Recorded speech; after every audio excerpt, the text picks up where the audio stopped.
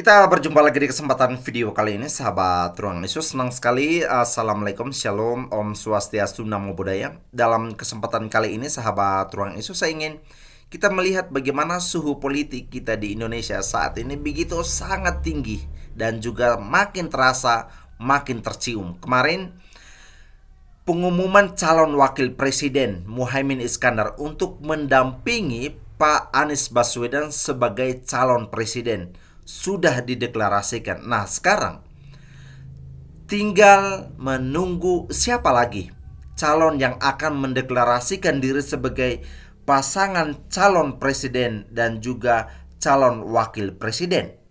Jadi sahabat Rong Isu, di tengah hingar-bingar tersebut beredar sebuah kabar yang tidak enak dan juga tidak sedap didengar.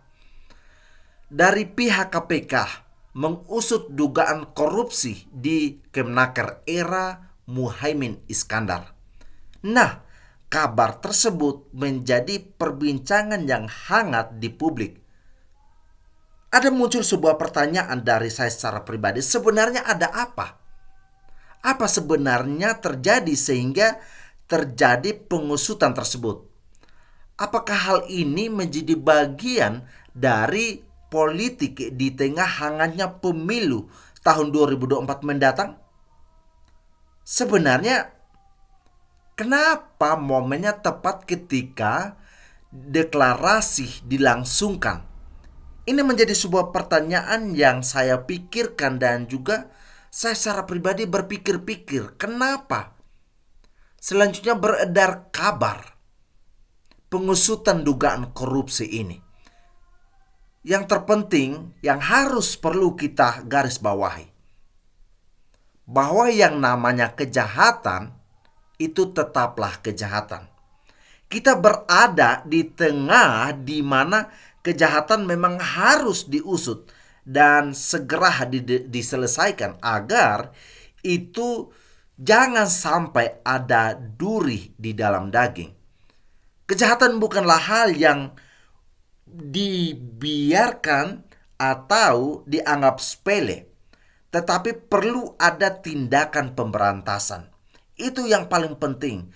Nah, hal tersebut itu adalah pihak dari penegak hukum lagi-lagi harus bertindak adil dan transparan dalam tindakan pengusutan dugaan korupsi tersebut. Jangan sampai ada unsur politis di dalamnya. Karena hal tersebutlah yang akan menciderai hukum di Indonesia. Karena itu, mengusut dugaan korupsi merupakan hal yang biasa dan juga hal yang lumrah. Oke? Jadi, memang kita harus perlu bersikap penuh tindakan menghormati. Jika memang ada kecurigaan terkait korupsi, ya itu harus diusut. Begitu juga ketika ada hal yang menjanggal pun, itu juga harus diusut. Semua itu demi apa? Oke, demi kebaikan bersama dan juga kebaikan penegak hukum di Indonesia. Nah, penegak hukum pun harus profesional dan juga seimbang, jangan berat sebelah. Tidak memihak kepada siapapun. Tidak ada oknum yang membisikkan bahwasanya dugaan korupsi Kemnaker harus diusut atau tidak harus diusut. Semua harus punya bukti yang sah, data yang valid dan kuat, baik dari laporan masyarakat maupun dari audit keuangan di periode pemerintahan yang lalu.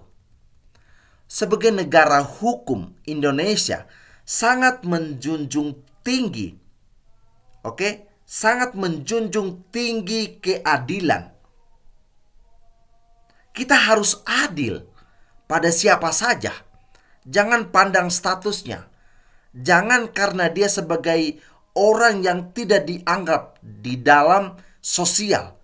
Nah, kita harus bersikap setara dan juga tidak mengintervensi itu atau tidak diintervensi oleh pihak manapun. Jangan sampai pengusutan kasus korupsi di era yang lalu diusut karena ada dendam politik. Lagi-lagi, jangan sampai diusut karena ada dendam politik. Tentu saja hal tersebut itu tidak boleh dan tidak sehat.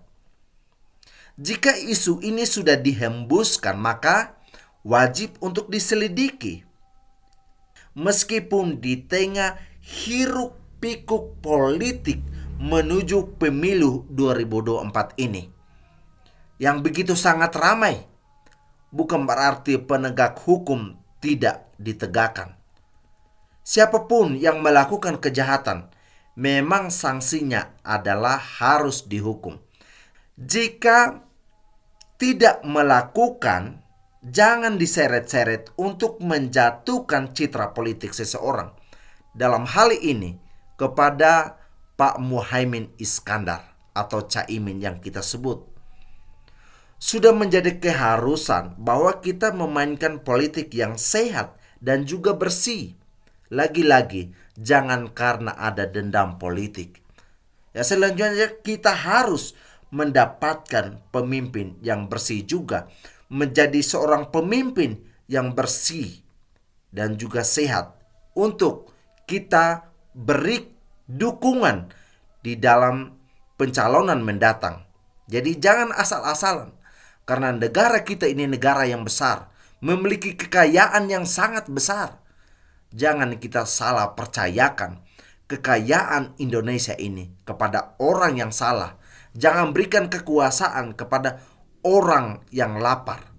Jangan berikan kekuasaan kepada orang yang sebenarnya itu tidak memiliki sikap hati untuk melayani masyarakat. Saya berpikir itu dalam video kali ini dan pesan saya. Terima kasih semua sahabat Rock Insu sudah menonton video ini sampai selesai. Saya pamit undur diri. Salam NKRI.